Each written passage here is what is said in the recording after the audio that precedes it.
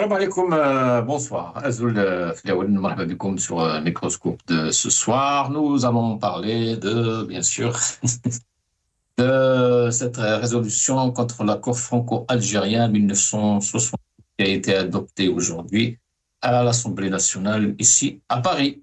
Donc, l'Assemblée nationale a adopté ce jeudi 30 octobre une résolution du Rassemblement national. C'est la première dans l'histoire de la Ve République, d'ailleurs. Le Rassemblement national, ils sont très contents. Hein. Même Marine Le Pen a qualifié cette journée de journée historique et d'une grande victoire. Voilà cet accord bilatéral donc signé il y a 57 ans qui régit les conditions de circulation, de travail, de séjour des ressortissants algériens en France, leur conférant un statut particulier, distinct bien sûr, quand même, du droit commun applicable aux autres étrangers. Bien que dépourvue de valeur législative, cette quand même résolution marque un premier ou une première pour le Rassemblement national, comme je disais il y a quelques instants, qui n'avait jamais vu l'un de ces textes adopté par l'Assemblée. Marine Le Pen donc est très contente, le Rassemblement national est très content. Le débat à l'Assemblée nationale aujourd'hui, il était très vif. Presque se sont arrivés des députés, hein, bien sûr, mais dans un cadre très respectable comme d'habitude, à des échanges très vifs. Le texte a bénéficié du soutien donc de l'alliance RN-UDR, de la moitié des députés du groupe Les Républicains et de la moitié du groupe Horizon, formation dirigée par Édouard Philippe. Voilà, nous allons donc discuter et parler de cet accord et des relations, encore une fois, entre l'Algérie et la France. Et pour en parler avec moi, Rafiq Bouhlel, analyste politique, bonsoir, marhaba bik. Bonsoir, c'est Hassine. Merci pour l'invitation. Bonsoir à tous les téléspectateurs et téléspectatrices de Microscope et ainsi qu'à vos invités à la régie.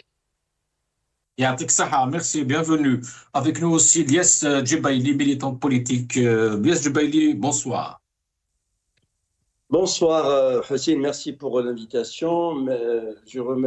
Aussi, je salue notre ami Monsieur Bouhlel et puis toute l'équipe Le Magharibi qui assure la couverture et sans oublier, bien sûr, celles et ceux qui suivent Microscope de près ou de loin. Encore Fanmir, merci encore Hassan.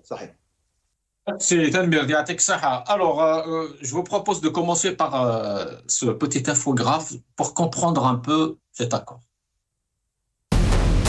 L'accord bilatéral franco-algérien de 68 a été signé le 27 décembre 1968. Le texte relève du droit international et prime donc sur le droit français. Il écarte les Algériens du droit commun en matière d'immigration.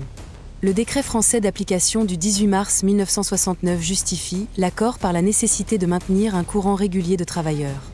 Depuis, les Algériens n'ont pas de carte de séjour en France, mais des certificats de résidence. En vertu de cet accord, les Algériens peuvent s'établir librement en France pour exercer une activité de commerçant ou une profession indépendante. Les Algériens accèdent plus rapidement que les ressortissants d'autres pays à la délivrance d'un titre de séjour de 10 ans. Les membres de la famille d'un résident algérien reçoivent un certificat de résidence de 10 ans dès leur arrivée dans le cadre d'un regroupement familial. Les Algériens peuvent solliciter un certificat de 10 ans après 3 ans de séjour, contre 5 pour les autres nationalités. En revanche, puisque le statut des Algériens est régi par ce seul accord, ils ne peuvent pas prétendre aux autres titres créés récemment, comme le passeport talent ou la carte étudiant programme de mobilité. Les étudiants algériens ne peuvent pas travailler, pour un job étudiant par exemple, sans solliciter une autorisation provisoire. L'accord a fait l'objet de 3 révisions, en 1985, 1994 et 2001, qui ont débouché sur 3 avenants, tout en maintenant les grands principes du texte, en particulier le régime dérogatoire au droit commun. L'Assemblée nationale française a adopté, jeudi 30 octobre 2025, une proposition de résolution du RN visant à dénoncer l'accord franco-algérien de 1968.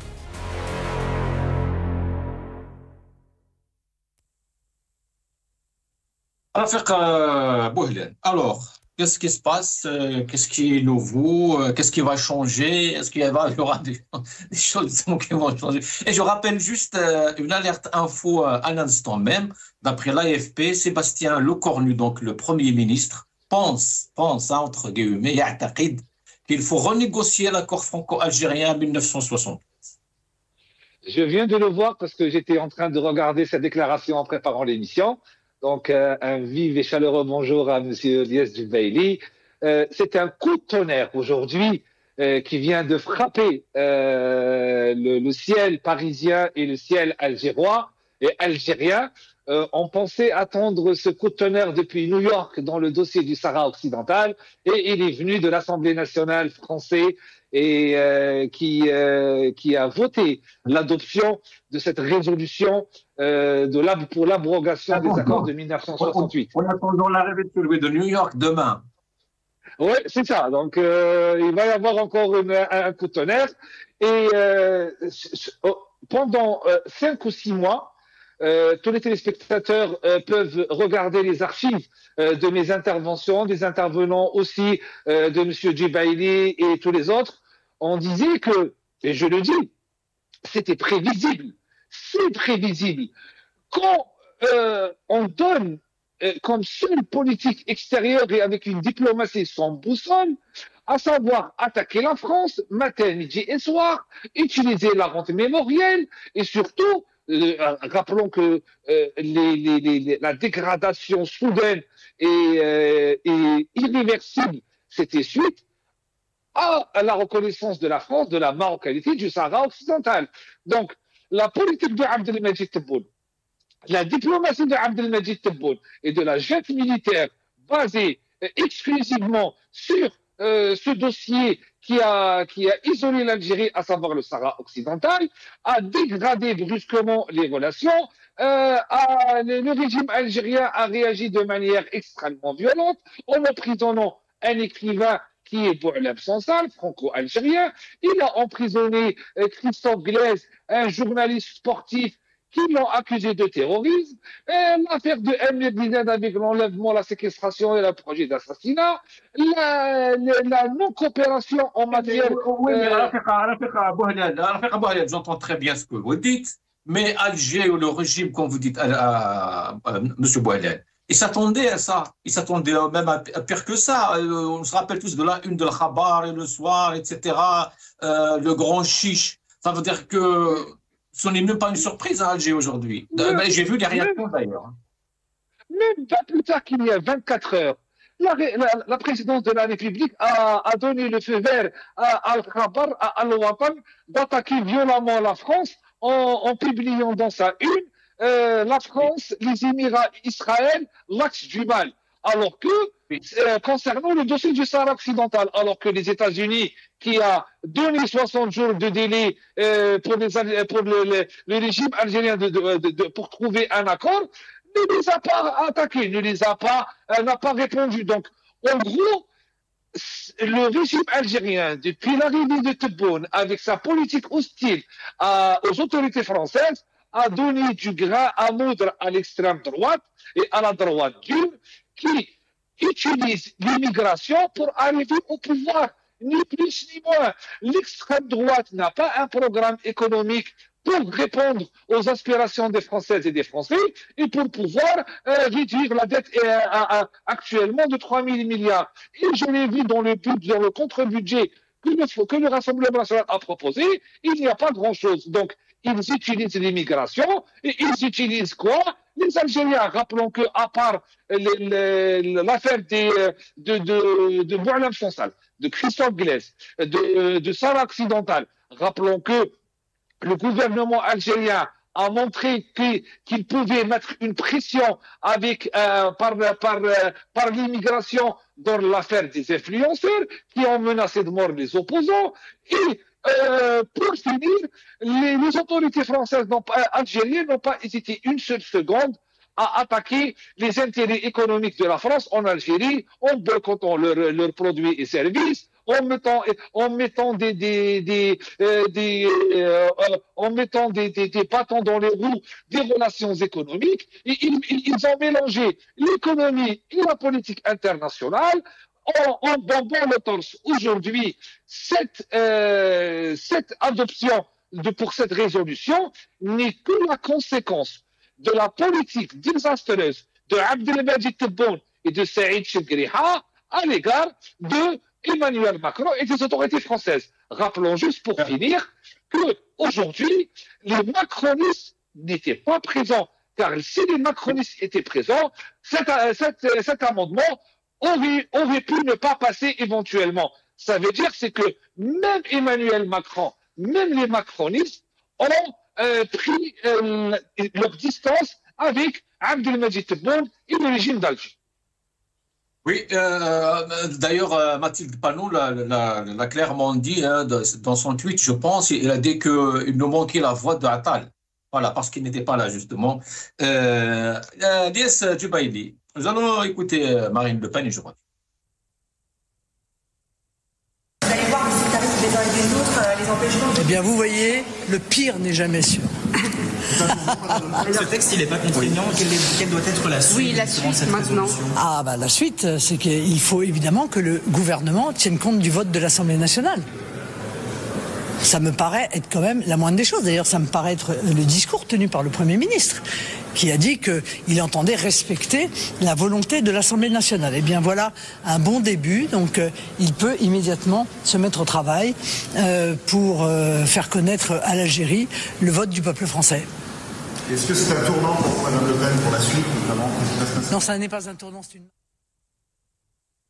Yes, je paye des oranges, Marine. Hein. Mais là, c'est la réaction de la gauche. Alors moi, je lance un avis de recherche. Où est Gabriel Attal? Où sont les députés macronistes? Ce qu'on vient vivre dans l'hémicycle, c'est inacceptable, c'est insupportable. L'absence des macronistes a donné une victoire au Rassemblement national sur un texte raciste, sur un texte qui remet en cause nos relations entre la France et l'Algérie. Peut-on me dire ce que Gabriel Attal, qui se prétend présidentiable, avait d'autres choses à faire ce matin que d'être dans l'hémicycle pour défendre la question internationale, l'honneur de la France, pour ne pas laisser de victoire à l'extérieur? Alias Djubaï. Merci encore pour l'invitation. J'essaie un petit peu de décortiquer un peu ce qui s'est passé aujourd'hui à l'Assemblée nationale et le lien avec le régime en Algérie et par rapport aux citoyens algériens. Parce que les premiers qui sont lésés, ce sont les citoyens algériens. Ce n'est pas le régime d'Alger. Le régime d'Alger, qu'il modifie ou qu'il ne modifie pas, tout le monde sait comment il fonctionne, ce régime. Alors, revenons au texte. Au niveau de l'Assemblée, l'Assemblée populaire, l'Assemblée nationale a voté, ça veut dire que c'est la démocratie qui a parlé. Ça veut dire que cet accord a été dénoncé de façon unilatérale. Donc, c'est contraire au droit international. Il a été dénoncé de façon unilatérale. Qu'on le veuille ou pas, il n'est pas, à titre juridique, il est caduc. Il est symbolique, non contraignant. Il a une portée symbolique pour le Rassemblement national. C'est parce que c'est la première fois que le Rassemblement national arrive à faire adopter une résolution dans une grande démocratie comme la France. Il n'en demeure pas moins que le Rassemblement national a profité de ce qu'on appelle d'une niche parlementaire. C'est qu'une niche parlementaire, ça veut dire que tous les députés français, ils sont à cheval sur comment construire le budget de la France. Parce que le petit Savoyard, le petit Mélois, le petit de Niortais, la dame de ménage, le médecin, l'infirmier, le professeur français lambda, qu'on le veuille ou non, ils cherchent le budget, c'est-à-dire c'est la question économique. Donc tous les députés étaient centrés sur le budget. Comme ils sont fatigués, donc forcément il y avait une niche parlementaire qui a été exploitée par le Rassemblement national et peut-être aussi avec la main forte une partie des macronistes. Je ne dirais pas les macronistes parce que quand même l'ancien Premier ministre, je pense qu'il ne voulait pas se mouiller, hein, parce qu'il a d'autres ambitions plus tard il peut s'appuyer sur un vote algérien ou maghrébin, donc il a laissé. À la rigueur, Édouard Philippe, c'est la main visible d'Édouard Philippe parce que c'est lui qui a l'initiative de dénoncer les accords. Il n'en demeure pas moins que ces accords sont non contraignants et peut-être ce n'est pas une façon de donner une injonction au gouvernement de les appliquer. Macron il va appliquer ou pas, sachant que ça, pour dénoncer sur le plan juridique, il faut deux parties. Donc, sur le plan démocratique, il n'y a pas de souci. La gauche, elle a fait ce qu'elle a pu faire. La droite républicaine, complètement, c'est une faillite totale. L'effondrement du centre droit qui se met sur le côté en borderline avec l'extrême droite. Et finalement, c'est ce qu'on appelle les OAS et compagnie, et avec Éric Ciotti, un Bruno Retailleau et compagnie qui en fait. Mais attention, je dis attention, les élections françaises, ça se joue sur une certaine élite algérienne aussi qui est bien implantée en France. C'est-à-dire qui participe et qui contribue à la richesse de la France. Parce qu'il y a des Français qui sont d'origine algérienne qui contribuent réellement. Nous allons revenir à cette question. Oui, vous avez raison. Bien sûr, on va parler il faut laisser développer pour que je puisse faire le lien avec l'Algérie. Sinon, on ne Allez-y, allez-y. Non, c'est très important. Parce que quelque part, comme je tiens à remercier Nabila Sbaïhi, que j'ai l'habitude de la rencontrer, c'est une députée française d'origine algérienne écologiste, et qui a dit, attention, l'Algérie, c'est spécial. C'est une colonie de peuplement. L'Algérie, c'était 4 départements français. L'Algérie était française avant la Haute-Savoie et avant Nice, en 1860. Donc, quelque part, c'est une façon de stigmatiser l'Algérie par le biais de cette résolution. Vous savez que l'accord, il ne sert à rien finalement, parce qu'il est vidé de sa substance. Mais quand vous cherchez des députés algériens, français d'origine algérienne, et même qui ne sont pas de gauche, qui sont du centre, vous allez voir qu'il y a une certaine façon de stigmatiser que l'Algérie, au fait, ça fait vendre, que l'Algérie devient un fonds de commerce. Et celui qui a participé aussi à cet effondrement, et là, je vais développer, c'est le régime algérien, c'est le pouvoir d'Alger qui a donné toutes les cartes, ce qu'on appelle, à la politique intérieure française. Parce que Macron, qu'on le veuille ou non, il était du côté de l'Algérie, il l'est toujours. Il n'a jamais cessé de riposter, de répliquer que les accords ne peuvent être dénoncés que par moi-même, par mes soins, c'est-à-dire par les deux présidents. Et quelque part, donc, ils ne seront pas applicables. Est-ce que Macron va appliquer? Moi, je vais être honnête avec vous. Macron, il ne veut pas qu'une résolution puisse être le fruit d'une extrême droite, parce que ça fait tâche, qu'on le veuille ou non, dans la démocratie française. Mais il faut respecter le vote des Français, parce que l'extrême droite, c'est 9 millions de Français qui votent. Mais le problème, c'est vrai, là où je rejoins Rafiq Bouheled, c'est dans cette deuxième partie. C'est le régime d'Alger qui a donné qui a donné l'opportunité à exploiter ce vide, c'est-à-dire la non-libération de Boualem Sansal qui a 80 ans, je ne sais pas qu'est-ce qu'il fait en prison, le pauvre, malgré, est-ce que le fait qu'il ait dit qu'une partie de l'Ouest algérien appartenait aux voisins de l'Ouest, est-ce que vraiment ça va mettre en péril l'intégrité territoriale? Je dis non, il fallait quand même faire des débats et même faire de l'université algérienne un lieu de débat pour dire un petit peu, voilà ce que vaut, l'universitaire algérien. Aussi, le rapt de l'influenceur Amir DZ, de ne pas récupérer les ressortissants, les OQTF, ressortissants en situation irrégulière, qui commettent des crimes, il faut le dire les choses. Quand vous avez des ressortissants en situation irrégulière et qui commettent des vols, qui commettent des crimes, et le pays d'origine doit les récupérer. C'est une question d'image du pays. On ne peut pas laisser, parce que ça impacte l'image de l'Algérien. Il faut savoir qu'un tiers de l'immigration étrangère, elle est d'origine algérienne. Et quand c'est entaché par ces événements, ça touche complètement, l'image des Algériens. Maintenant, pour moi, c'est un non-événement. Pour être honnête avec vous, en tant que franco-algérien, en tant que binational, mais par contre, je dis que c'est un non-événement. Il faut que les compatriotes, nos citoyens algériens, doivent redoubler d'efforts pour mettre en France un lobby, je dis bien un lobby intellectuel, pas de contestation, parce qu'il faut sortir de la contestation.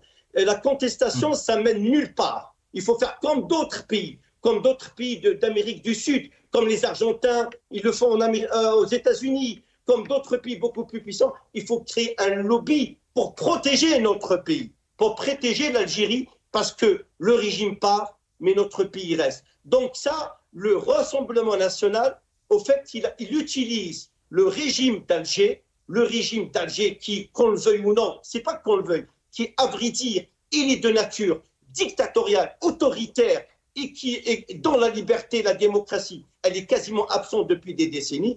Il donne du blanc-seing au Rassemblement national et à des courants de droite. Lies, je suis en train de regarder là, justement les réactions en Algérie. Les proches de Tebboune, du régime, sont très contents. Au contraire, ils avancent l'idée que le fait que cette résolution soit votée ou portée par la droite et l'extrême droite confirme l'analyse de Abdelmajid Tebboune, qui n'a pas cessé depuis des mois de dire que notre adversaire éternel, c'est la droite et l'extrême droite et pas la France. C'est vrai, au fait, l'extrême droite, elle exploite la question algérienne parce que c'est son fonds de commerce. Sur le plan économique, l'extrême droite, si elle arrive au pouvoir, c'est la catastrophe en France. Même si on est auditeur, économiste ou ceci, le prix Nobel français Aglian, il a dit si l'extrême droite prend le pouvoir, c'est qu'il n'y a aucune compétence sur le plan économique. Il faut dire que toutes les extrêmes n'ont jamais pu mettre en place un budget en dehors de leur idéologie. Maintenant, si M. Tebboune, il dit que notre éternel, c'est l'extrême droite, nous le savons, mais il faut distinguer entre Macron et l'extrême droite. C'est que M. Tebboune n'a pas voulu rentrer dans la réconciliation avec la France, n'a pas voulu aller dans le sens de l'apaisement avec la France. Il faut dire que M. Tebboune, il y a Raïs, mais il y a si Abdelmajid Tebboune, c'est que même M. Macron, il a à chaque fois, il mettait au pilori son Premier ministre de l'Intérieur pour vous protéger. Mais vous, quand vous n'avez pas le sens de la diplomatie, vous croyez que la diplomatie idéologique des années 70, c'est le curseur de votre diplomatie. Mais ça ne marche pas. Moi, je ne pense pas au régime d'Alger. Je ne pense pas à ceux qui gèrent maintenant l'Algérie. Moi, ce de quoi je pense, c'est à mes compatriotes, à mes citoyens, quand il y a un regroupement familial, quand il s'agit de faire une carte de résident, quand il s'agit du code de sécurité sociale, je pense aussi aux étudiants. C'est ça ce qui m'intéresse. Parce que le régime ne pense pas. Parce que si le régime, c'est le pouvoir d'Alger, s'il avait le minimum de conscience, il aurait pu ne pas, s'immiscer dans les affaires internes de la France. La France, elle a reconnu la souveraineté du Maroc sur le Sahara occidental. Mais qu'on le sache, c'est un pays souverain. Nous ne reconnaissons pas. C'est que la question algérienne, la doctrine algérienne, c'est l'autodétermination du peuple sahraoui. Ça, c'est notre doctrine. C'est une doctrine qui n'est pas celle des autres. On respecte chaque pays souverain, mais c'est à nous, de mobiliser les ressources, les lobbies et l'influence diplomatique. Or, sur l'influence diplomatique... Merci, Lies. Je reviens vers vous, Lies. Justement, Lies, je voulais donner plus de temps à cet axe, justement, de la diaspora, la communauté algérienne, comment est son sort demain, etc. Mais bon, vous avez déjà entamé le sujet. Monsieur Bouhelel, alors, il y a quand même un message politique envoyé aujourd'hui à Alger. D'ailleurs, même la phrase, certains ont essayé même d'analyser la phrase de Marine Le Pen quand elle dit « c'est une journée historique ». Que cache cette phrase, M. Bouhelel? Nos peurs, nos échecs, nos fausses politiques, nos craintes? L'incompétence de la diplomatie algérienne a donné aujourd'hui toutes les cartes à l'extrême droite pour faire ce premier pas. Sachant que, je précise juste que même si cette résolution a été adoptée aujourd'hui par 185 députés contre 184, elle doit passer par la Chambre du Sénat et les sénateurs doivent l'abroger ou pas. Et à la fin, ça restera toujours Monsieur le Président Emmanuel Macron qui aura le pouvoir de l'abroger ou de ne pas l'abroger. Sachant que, rappelons que, c'est un accord bilatéral qui a été signé entre deux pays et qu'il faut les deux pays pour qu'on puisse redéfinir ou annuler cet accord. Donc ça, c'est sur l'aspect technique et politique comment ça va s'acheminer. Mais l'extrême droite, elle ne vit et elle existe à travers l'immigration comme l'extrême gauche. Elle veut arriver au pouvoir en instrumentalisant l'immigration. L'extrême droite, elle veut arriver au pouvoir en instrumentalisant l'immigration, en utilisant la peur, en utilisant la délinquance et en utilisant surtout tous les cadeaux. C'est très bien, monsieur Padel, parce que c'est très bien. Je reviens vers vous tout de suite, mais nous allons regarder cette vidéo. Justement, c'est dans ce cadre. Le temps est venu d'arrêter avec la soumission et l'humiliation. L'Algérie est dirigée par une caste dictatoriale qui prend en otage le peuple algérien.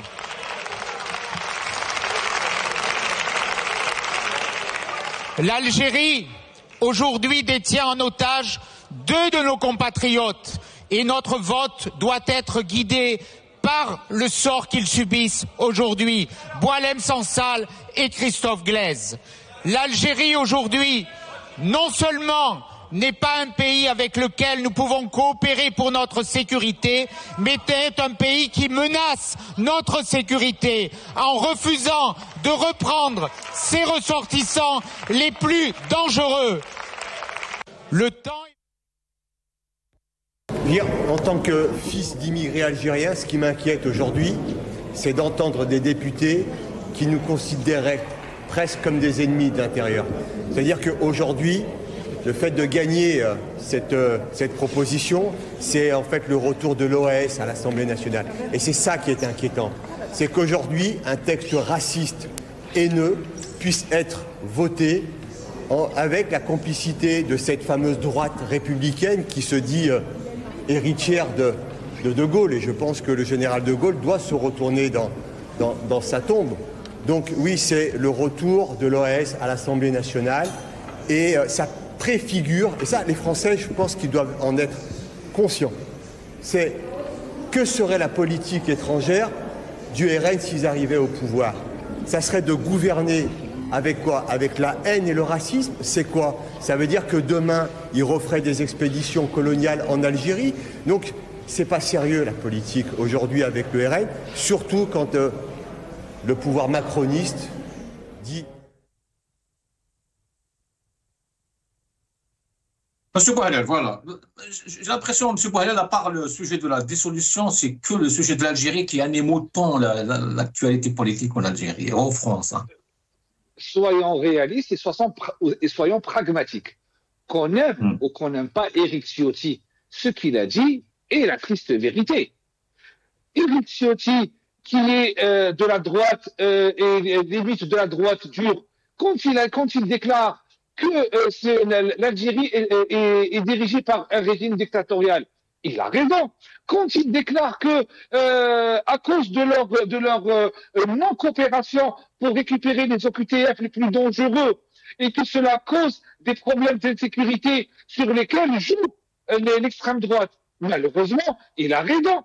Pourquoi l'Algérie ne veut pas récupérer les OQTF qui ont commis des crimes et des délits? Et cela, je l'ai dit, je le redis, quand un Algérien commet un crime ou un délit en France, en Italie, au Japon, au Zimbabwe, il porte atteinte à l'image de l'Algérie et il porte atteinte à l'image des Algériens.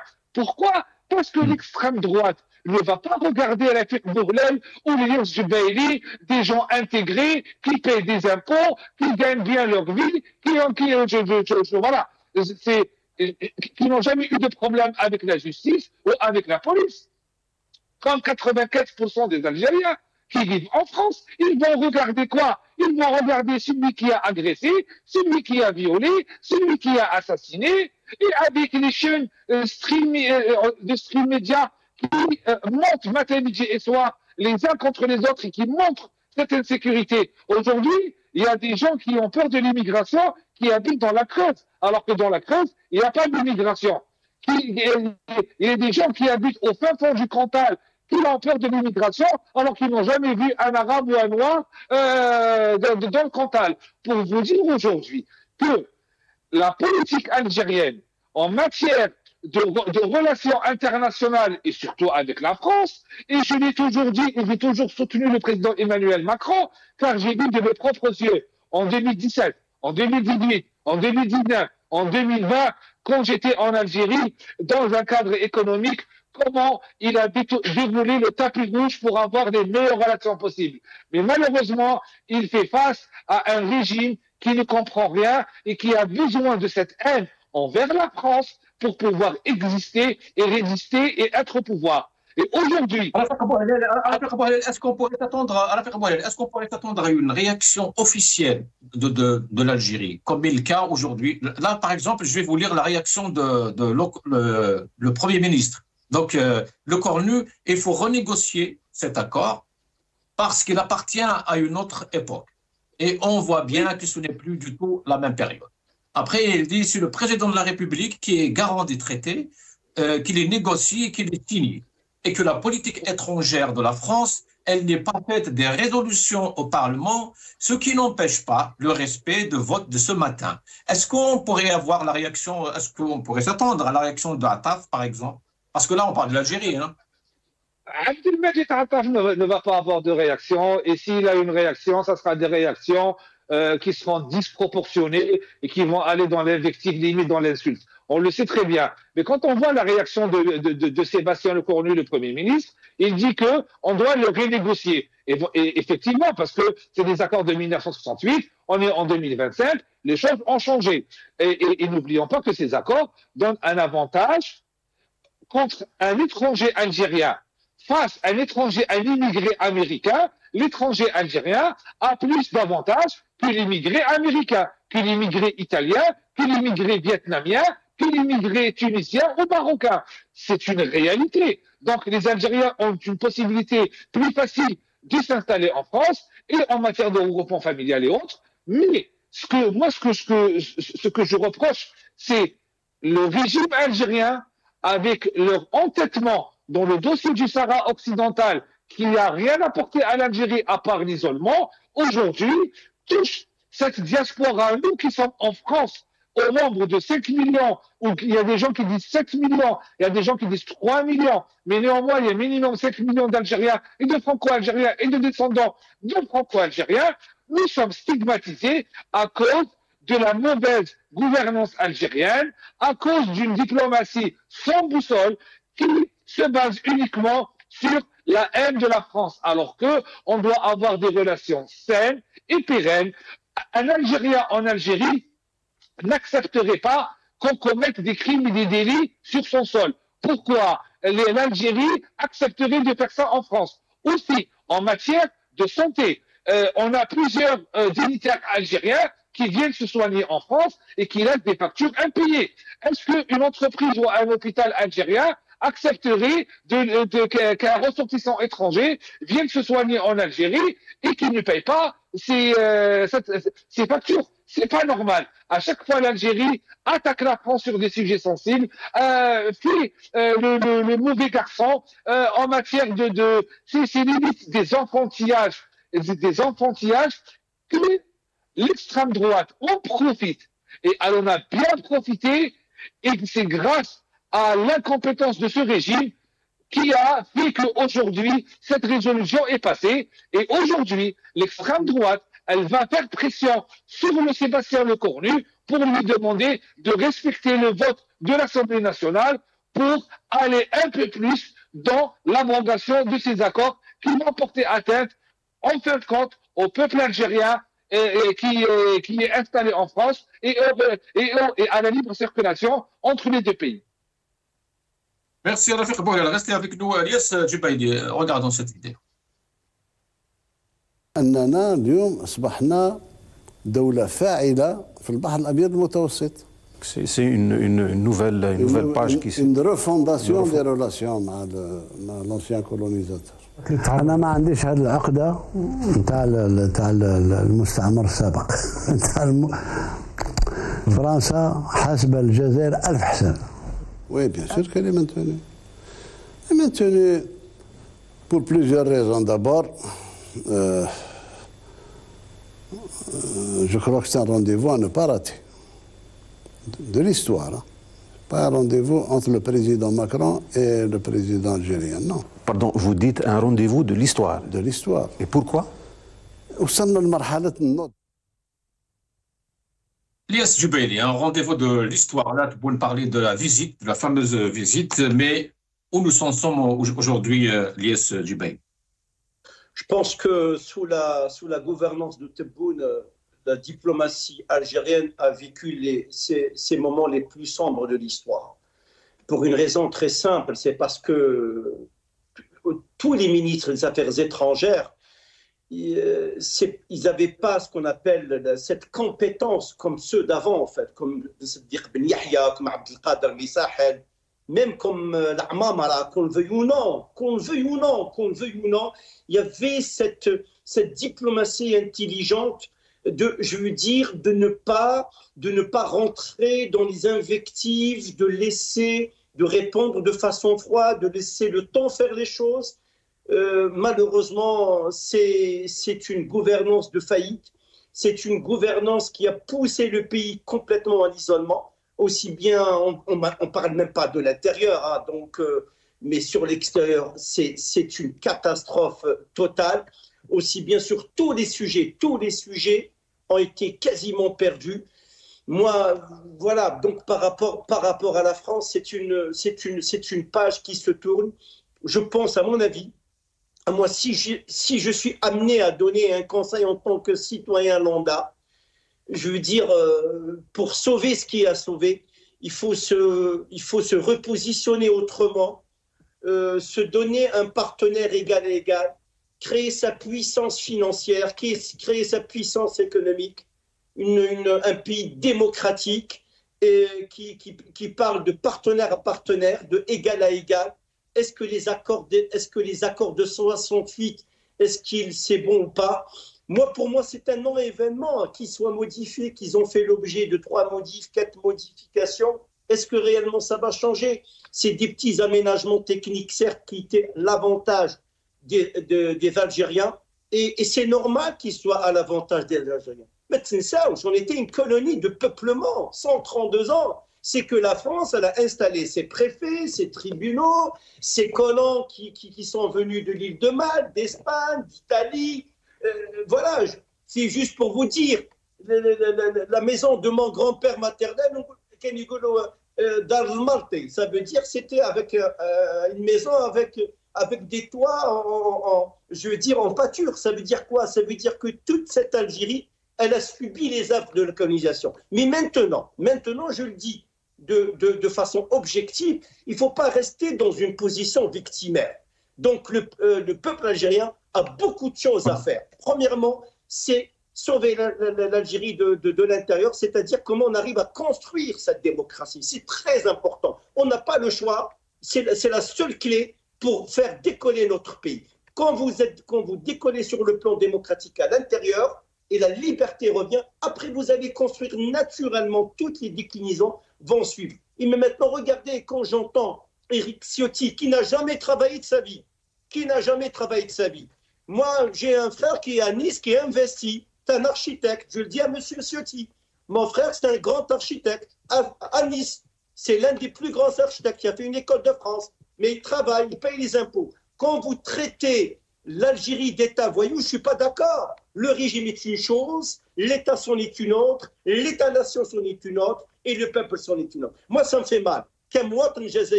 Moi, je m'en fous du régime. Je suis un militant aguerri contre ce régime. Mais quand il s'agit de toucher l'intérêt suprême du territoire algérien, et c'est là où je deviens intraitable. parce que quelque part, notre pays est victime de ça. Quand M. Éric Ciotti dit est-ce que vous pensez que l'intégralité du territoire de l'Algérie est touchée? Oui, quelque part, mais parce que, au fait, on se met pas entre nous, entre l'affaire Bouhelal ou entre Hossein Gasmi ou Al-Jbeili. C'est-à-dire, vous mettez dans l'esprit du français lambda, Le français lambda, pour lui, il fait pas de distinction entre le régime qui opprime son peuple, qui confisque les libertés, qui emprisonne des militants, qui confisque la parole, et l'Algérie. Donc tout ceci s'est noyé dans une masse où le français maintenant, il voit l'Algérie comme une menace, même pour sa propre sécurité. Est-ce que l'Algérien menace la sécurité des Français? Non, l'Algérien, il fait partie de cette identité française parce que 10% de la population française a des origines directes ou indirectes avec ce grand pays. Oui, nous avons un grand pays, que nous ayons la double nationalité ou pas, mais notre pays, nous devons, c'est à nous de ne pas, de dissuader ces personnes, de ternir son image. Moi, je ne suis pas d'accord avec Ciotti quand il traite l'Algérie d'État voyou. Même tout à l'heure sur CNews, il y avait un analyste, il a dit, oh, vous savez, il est de la droite républicaine, il a dit quand même c'est un peu exagéré de traiter un grand pays, un grand peuple voyou, parce que quelque part, c'est pas nous, c'est pas le peuple, c'est pas le territoire, c'est un régime, malheureusement, on est comme ça, on est victime de notre destin, mais c'est à nous de changer le destin. Maintenant, il ne faut pas pleurer. Je le dis à tous les compatriotes, à ceux qui nous suivent, que les accords de 68, la tournée ou la Tousmine Minjour, c'est-à-dire c'est complètement vidé de sa substance. Maintenant que vous ayez votre carte de 10 ans, après 3 ans, après 5 ans, après 6 ans, quand vous êtes bien intégré, quand vous êtes un citoyen qui paie ses impôts, vous contribuez à l'effort national ici en France, donc il n'y a pas de souci. Moi, j'ai une pensée aussi, surtout pour les étudiants algériens qui ont souffert de ces accords de 68, parce que pour travailler, il faut une autorisation, pour travailler, pour faire ces 20 heures. Donc tout ça, est-ce que, sur le plan de la symbolique, l'extrême droite, elle a frappé, mais elle ne voulait pas frapper uniquement le régime. Elle voulait frapper aussi, quelque part, l'Algérie. Et parce que derrière, il y a les députés Tabarot. Je vous renvoie à votre lecture. Les Tabarot, ce sont parmi qui faisaient partie des généraux Salan, Zeller, et c'est connu ça. Donc, moi, j'y crois à cette belle France, c'est une France républicaine, même il y a la droite républicaine, à cette gauche aussi qui milite, mais venant de l'extrême droite, nous n'avons pas de leçons à recevoir. Il ne faut pas qu'on soit un petit peu otage entre le régime d'Alger qui confisque nos libertés et qui opprime notre peuple et qui a confisqué toutes les libertés et qui a mis l'Algérie dans un isolement total, et l'extrême droite qui veut frapper à la fois, l'identité algérienne, parce que, il faut dire, peut-être pas toute l'extrême droite, parce qu'après on n'est pas dans un débat philosophique pour dire c'est quoi le racisme, c'est quoi le xénophobe, c'est quoi le nationalisme, c'est quoi ceci. En tout cas, une partie de l'extrême droite, je peux vous dire que j'ai lu les noms, parce que quand même on essaie de faire la lecture, un tiers de cette extrême droite, qui d'origine OS, qu'on dise ou pas, on ne parle pas de ces jeunes qui sont venus dans l'extrême droite et qui peut-être qu'ils ont une pensée un peu plus sorte, si j'ose dire, mais ne trompons pas de combat. L'extrême droite, elle est aussi préjudiciable et nuisible pour la société française que pour la société algérienne, que pour les relations. Jamais un pays démocratique dont le gouvernement extrême droite a mené son pays vers l'espoir et vers la prospérité. Donc, mais sachant que il faut faire très attention aussi, quelque part, il faut dire les choses, et je rejoins là encore une fois Rafik Bouhelal, c'est que le pouvoir algérien, il a donné toutes les cartes, toutes les opportunités, il a tendu toutes les mains, à la France. Il n'a même pas laissé aucune occasion à Macron, d'essayer d'apaiser. Le régime d'Alger a toujours refusé l'apaisement. Il est dans une phase de combat de coq idéologique pour essayer un petit peu. Je pense, à mon avis, c'est encore instrumentalisé par le régime d'Alger. Merci Elias. On arrive à la fin de l'émission. Rafiq Bouhelal, un dernier mot.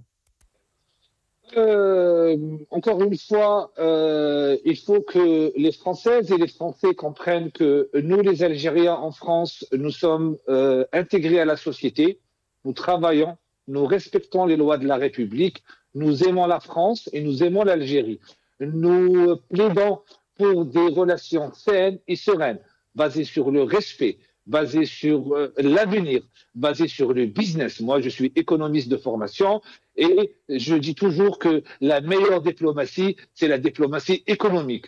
L'Algérie, à travers son histoire, depuis 1962 à aujourd'hui, accumulé des retards dans tous les niveaux, à tous les niveaux. Nous avons besoin de partenariats dans l'agriculture, dans l'industrie automobile, dans l'industrie aéronautique, dans l'industrie ferroviaire, dans l'industrie de la grande distribution, sur les franchises, sur tous les domaines culturels, économiques et sociologiques à tous les niveaux. Encore une fois, les associations de la diaspora française qui œuvrent actuellement, qui ont été créées par le régime d'Alger, qui passent leur temps à écrire à Emmanuel Macron pour changer sa position sur le Sahara occidental, comme le cercle de l'émir Abdelkader, présidé par Rafiq Tamrari, par l'association franco-algérienne de l'amitié, dirigée par Karima Khatib, par l'association Awasir, dirigée par Antar Boudiaf. Tout ça ne représente pas les Algériens, représente uniquement la Abdelmajid Tebboune qui passent leur temps à porter atteinte à la diaspora ici en France. Et encore une fois, il faut que le régime algérien change de position et de vision afin qu'on puisse retrouver enfin des relations saines et pérennes. Parce que si l'extrême droite passe en 2027, ça va être une catastrophe et pour la France, et pour l'Algérie, et pour les relations des deux pays, car l'extrême droite, elle a pour seul programme le racisme, la préférence nationale dans ses programmes où elle met clairement les citoyens français et étrangers non pas sur le même pied d'égalité et surtout de taper uniquement sur les étrangers et sur l'immigration pour flatter l'ego d'une certaine élite d'extrême droite et une certaine frange de la population française qui parfois, malheureusement, en a marre de voir quelques des délits commis par des étrangers et que les pays en question ne reprennent pas